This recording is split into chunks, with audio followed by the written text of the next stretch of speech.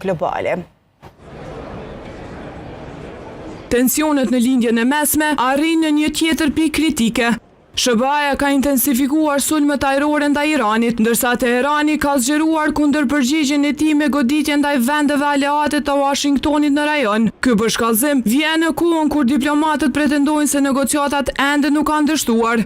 Komanda qendrore e SBA-s njofton se KTTH ka kryer sulme të reja ndaj objektivave iraniane për natën e 9 radhazi. Sulmet do të vazhdojnë të degradojnë kapacitetet ushtarake iraniane të përdorura për të sulmuar anijet tregtare dhe marinarët civil që kalojnë në ngushticën e Hormuzit.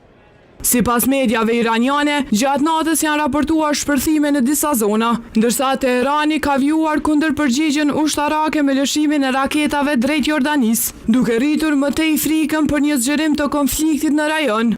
Ndërkohë, eksperti i sigurisë Bedri Elezi shpreson që Irani t'i marrë seriozisht paralajmërimet dhe veprimet ushtarake të SBA-s, duke vlerësuar se presioni i shtuar mund të hapë rrugë për një marrëveshje diplomatike mes palëve.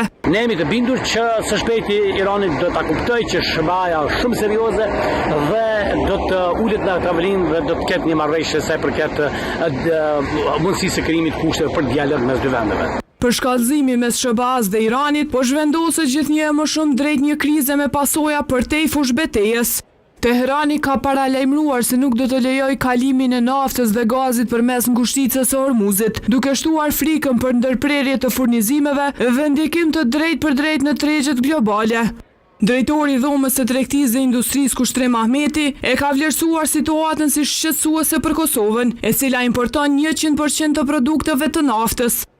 Sipas tij, pasiguritë në tregjet globale të energjisë mund të kenë ndikim të drejtpërdrejt në vend, veçanërisht në një periudhë kur Kosova ende nuk ka institucione plotësisht funksionale. Patyshim se ndikomi shumë, duke pas parasysh që ne importojmë 100% të produkteve të naftës. Dhe një anën tjetër, po dëmtojmë edhe më shumë duke pas parasysh se aktualisht nuk kemi institucione funksionale, pra kemi një qeveri në detyrë.